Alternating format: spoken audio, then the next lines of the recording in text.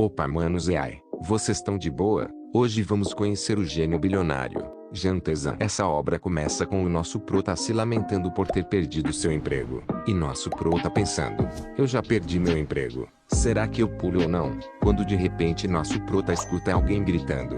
E era só mais um desempregado frustrado com sua vida. Mas essa não era a primeira vez que essa pessoa ameaçava tirar sua própria vida. E dá pra ver isso quando os próprios policiais o mandam pular. Queria falar nada não, mas essa cena me lembra de alguma coisa.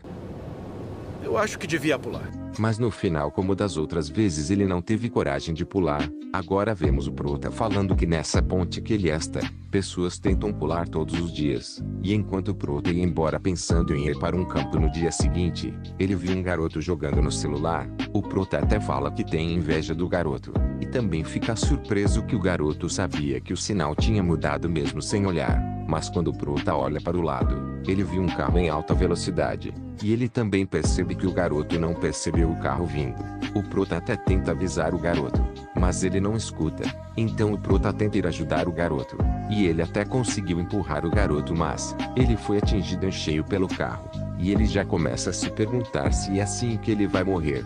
E de repente ele escuta alguém o chamando de idiota. Quando ele abre os olhos ele percebe que está flutuando. E quando ele olha para trás ele avista um velho. E já pergunta se ele é morte.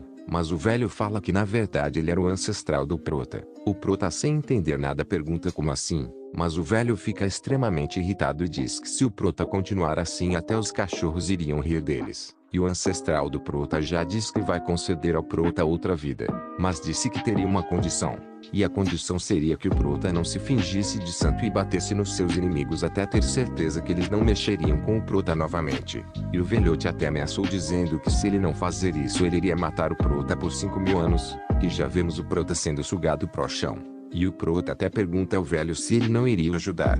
Então o prota cai no chão. E já partimos para o outro dia com o prota acordando com o barulho e se perguntando onde ele está. O prota fica surpreso com o que está acontecendo. E depois de um tempo o prota lembra que hoje era dia de ações de graça em 2006. E também percebe que as mãos e pés dele estão como de anos atrás. E surpreso com tudo o que está acontecendo ele queria saber com quantos anos ele estava. Após fazer algumas contas ele descobriu que estava com os lendários 18 anos. E ele também fica feliz pelo que o velhote disse não era mentira.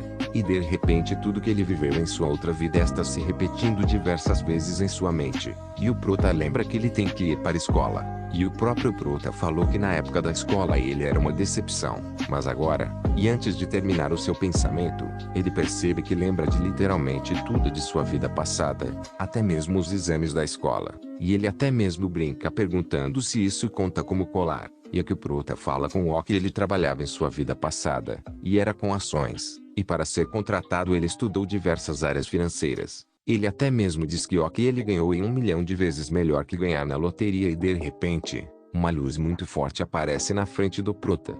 E dessa luz ele escuta sente-se de pernas cruzadas. E quando o prota abre o olho ele vê outro velhote dizendo que vai ensinar os 5 princípios dos métodos da mente dupla do Tai Chi. E a única coisa que o prota podia pensar é em quem era o velhote e onde ele estava. Mas logo após isso o velhote se apresenta dizendo ser o diretor do centro de saúde de Shinseon.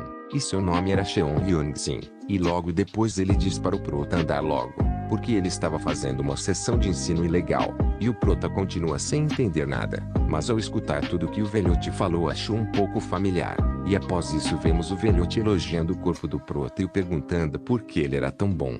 E o velhote até suspeita que ele tá vendo muito vídeo educativo e o repreende dizendo que se ele continuar seu corpo ia apodrecer. E logo em seguida ele manda o prota fechar os olhos que eles iriam começar. Mas o prota estava muito preocupado com o lugar em que eles estavam. E depois disso o velhote se irrita dizendo que ele não conhece os 3 princípios de uma sessão de ensino. E enquanto o prota se sentava o velho diz que isso parecia familiar e o prota diz que isso acontece muito em filmes e novelas de artes marciais. E então os dois começaram.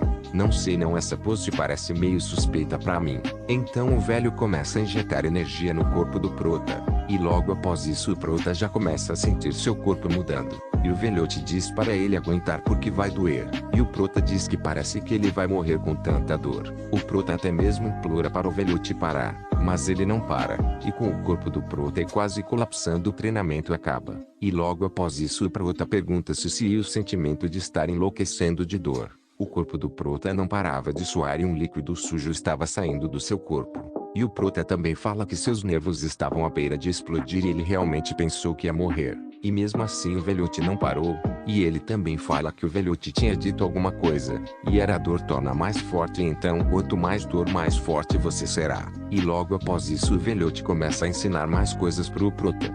E ele percebe que aquele velhote não estava mentindo. E logo após isso o velhote diz que embora ele seja velho ele já foi o melhor aluno da seita Udang. E logo após isso o Prota volta pro seu quarto e quando ele olha pro lado ele vê seu antigo PC e percebe que ele era muito pobre nessa época. Ele até dá algumas especificações do seu PC gamer. Mas antes de ir mexer no PC ele percebeu que estava fedendo muito e quando ele estava indo tomar banho ele escuta uma voz de uma mulher o chamando para tomar café. E ele percebe que essa era a voz de sua mãe que ele não via há muito tempo. Mas antes de ir ver sua mãe ele vai tomar banho. Ele percebe que seu corpo está mais definido do que na sua última vida. E ele também percebe que o treinamento com o velhote deixou até a sua pele mais macia. E logo após o banho ele vai até o jardim onde sua mãe trabalhava. Ele vê algumas ferramentas do seu pai. E sua mãe vendo que ele estava encarando demais o jardim perguntou se ele estava bem.